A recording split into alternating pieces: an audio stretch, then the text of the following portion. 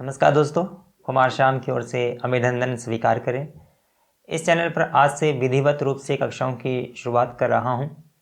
2023 में इस यात्रा का आरंभ कर रहा हूं। इसके पीछे गहरा संकल्प भी है और उम्मीद भी कि इस साल में इस चैनल पर नियमित रहकर हिंदी भाषा और अन्य विषयों से संबंधित चर्चा करता रहूं ताकि पढ़ने वाले बच्चों को कुछ लाभ हो सके। इसी भाव से हम किसी भी टॉपिक को बहुत ही इत्मीनान से और सरलता से समझने की कोशिश करेंगे ताकि स्कूल में पढ़ने वाले बच्चे भी ये चर्चा सुन पाएँ, उनके भी काम की हो। वहीं प्रतियोगी परीक्षाओं की तैयारी करने वाले विद्यार्थियों के लिए भी फायदेमंद हो। तो इस सिलसिले में हमारी आज की चर्चा का जो विषय है वो है भाषा। मैं समझता हूँ कि हिंदी भाषा की उत्पत्ति, उसके विकास या उसके साहित्य इतिहास की बात करने से पहले हमें भाषा क्या है और उसका विकास कैसे होता है, इस बात को समझना आवश्यक है। जब हम इस बुनियाद को गहराई से समझ पाएंगे तभी दुनिया की किसी भी भाषा के बारे में पढ़ेंगे तो उसको समझने में आसानी होगी।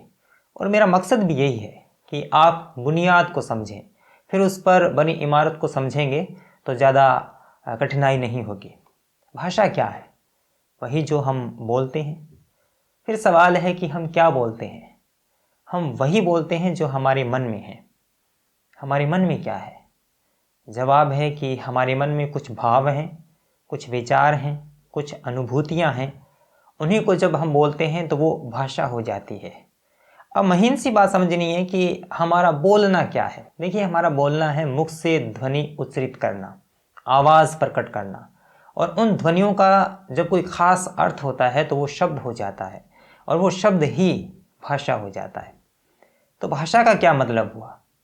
मनुष्य जब अपने मनोभावों, विचारों और अनुभूतियों को सार्थक ध्वनि संकेतों के साथ किसी अन्य मनुष्य या समाज के साथ साझा करता है या आदान प्रदान करता है तो उसे भाषा कहा जाता है। लेकिन भाषा इतनी नहीं होती है। भाषा का दायरा इतना छोटा नहीं है। भाषा बहुत व्यापक है। कैसे? अब समझिए। एक पक्षी की भी अपनी भाषा है।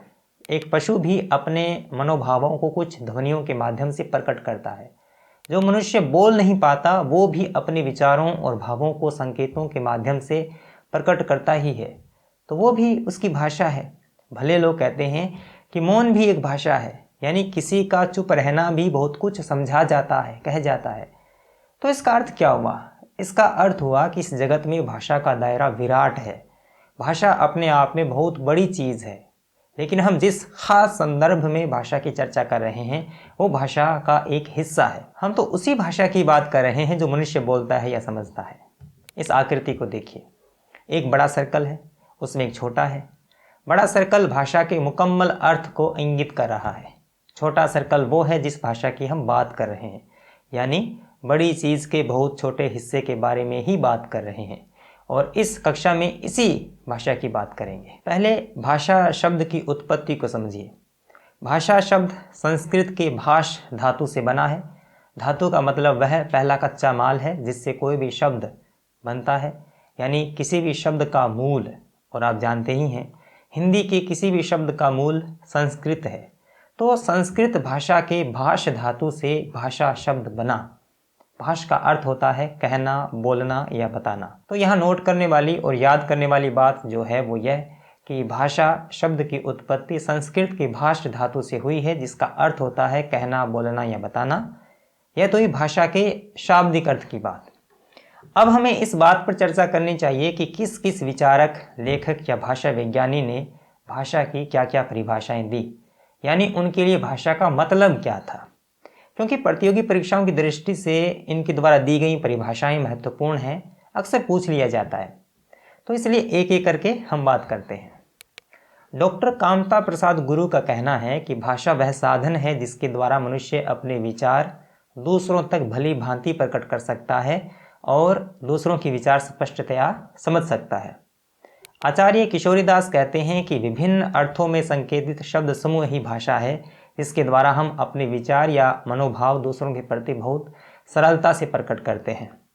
डॉक्टर भोलानाथ ने कहा है कि भाषा उच्चारण अवयवों से उच्चरित यादृच्छिक ध्वनि प्रतीकों की वह संरचनात्मक व्यवस्था है जिसके द्वारा एक समाज विशेष के लोग आपस में विचारों का आदान प्रदान करते हैं।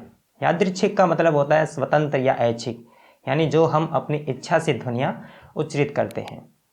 भाषा के बारे में प्लेटो ने बहुत सुंदर परिभाषा दी है, मुझे व्यक्तिगत रूप से बहुत रुचती है। प्लेटो का मानना है कि विचार और भाषा में थोड़ा ही अंतर है।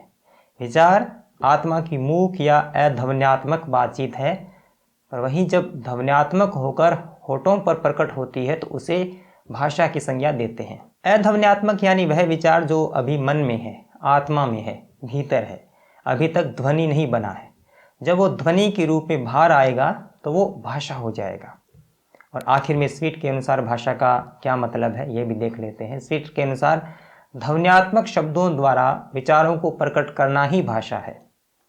तो कुल मिलाकर इन तमाम विद्वानों की बात जानकर हमें इतना स्पष्टता से समझ आ गया कि भाषा सार्थक ध्वनियों की एक ऐसी व्यवस्था है जिसको आप और हम समझते हैं।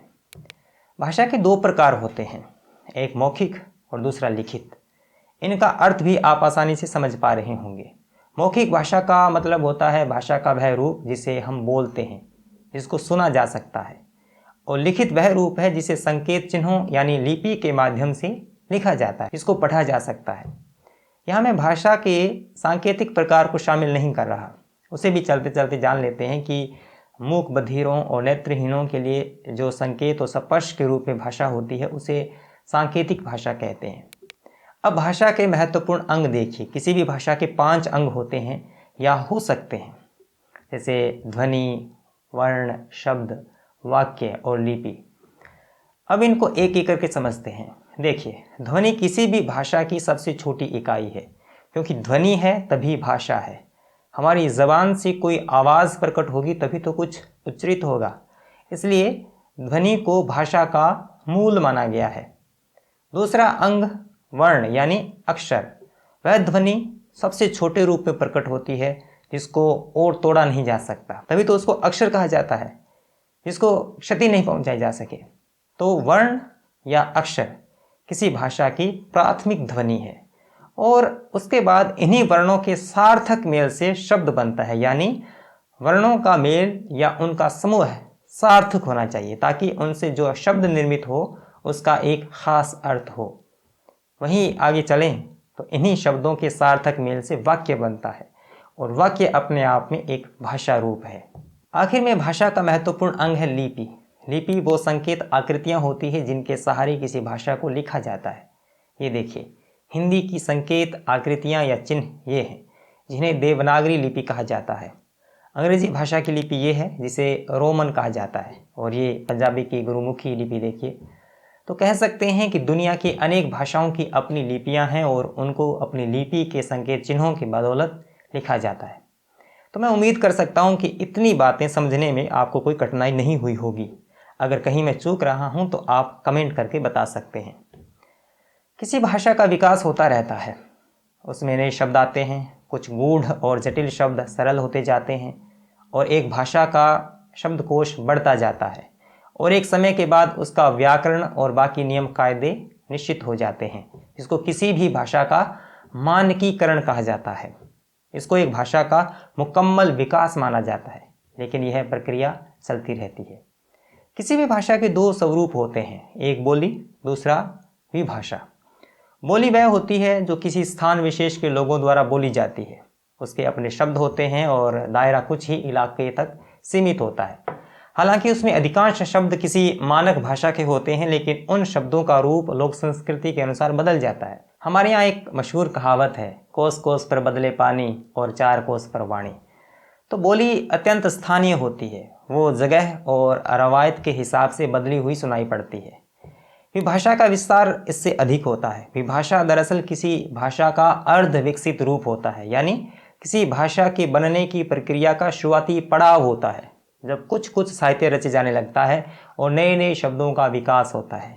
और यह भाषा दरअसल एक प्रांत में फैली होती है। उदाहरण के रूप में आप ब्रज भाषा और अवधी को देख सकते हैं। इन भाषाओं में शुरू में भक्ति काव्य लिखा गया और आगे चलकर हिंदी का विकास हुआ। भाषा को प्रयोग के आधार पर 3 भागों में बांटा जाता है, यानी हम किसी भी भाषा के व्यवहार में किस रूप में उसको इस्तेमाल करते हैं, उस आधार पर उसको 3 भागों में बांटा जाता है। पहला राजभाषा, दूसरा राष्ट्रभाषा, तीसरा संपर्क भाषा। राजभाषा वह भाषा होती है जिस भाषा में सरकारी कामकाज होते हैं। सरकारी दफ्तरों, अदालतों या किसी भी राजकीय कार्य की जो भाषा होती है उसे राजभाषा कहा जाता है। भारत में हिंदी भाषा को राजभाषा के रूप में स्वीकार किया गया है, लेकिन इसको लेकर अपने तरह की बहस है। राष्ट्रभाषा वह भाषा होती है जिसको किसी देश के अधिकांश लोग बोलते हों, उसके साथ सांस्कृतिक और भावनात्मक जुड़ाव हो। यह एक ऐसी भाषा होती है जो देश के हर हिस्से में समझी जाती हो, बोली जाती हो, उसे राष्ट्रभाषा के रूप में स्वीकार किया जाता है। भारत के संदर्भ में हिंदी को लेकर जोर दिया जाता है, लेकिन ऐसा है नहीं। भारत में अनेक भाषाएं हैं और भारत एक विविधता मूलक राष्ट्र है, जिसमें किसी एक भाषा को राष्ट्रभाषा के रूप में स्वीकार करना चुनौतीपूर्ण होता है। तो राष्ट्रभाषा वह भाषा होती है जो समूचे राष्ट्र को जोड़ती हो और जिसका विस्तार व्यापक हो।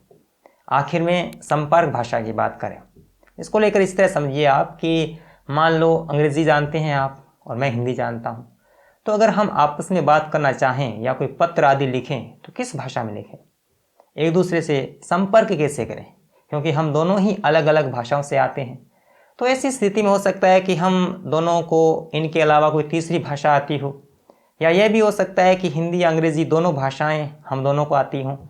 ऐसे में हम दोनों स्वेच्छा से जिस भाषा में संपर्क साधना या बात करना चुनते हैं वो संपर्क भाषा कहलाती है। दुनिया में अंग्रेज़ी संपर्क भाषा के रूप में काफ़ी प्रचलित है, जिसको हम सब ने अनुभव किया है। तो कुल मिलाकर यह है भाषा का पूरा कॉन्सेप्ट। मैंने भाषा से संबंधित हर पहलू को छूने की कोशिश की है। संभव है यह कक्षा आपके लिए लाभप्रद रही होगी। अगली कक्षाओं में इसी तरह से शून्य से शिखर तक बढ़ते चलेंगे और भाषा से जुड़े टॉपिक्स को पढ़ेंगे। उम्मीद करता हूँ कि यह बातचीत आपको पसंद आई होगी। कोई भी बात समझ न आई हो तो वीडियो को रिप्ले कर सकते हैं, दोबारा सुन सकते हैं। फिर भी न आए तो कृपया कमेंट बॉक्स में अपनी राय दे सकते हैं, सवाल पूछ सकते हैं। बाकी इस टॉपिक पर मेरी बात यहीं समाप्त होती है। इसी तरह के और वीडियो देखने के इच्छुक हैं तो चैनल को सब्सक्राइब कर लीजिए और बेल आइकन का निशान भी दबा लीजिए, ताकि वीडियो अपलोड होते ही आपको सूचना मिल जाए। चलिए मिलेंगे अगली कक्षा में, तब तक के लिए धन्यवाद।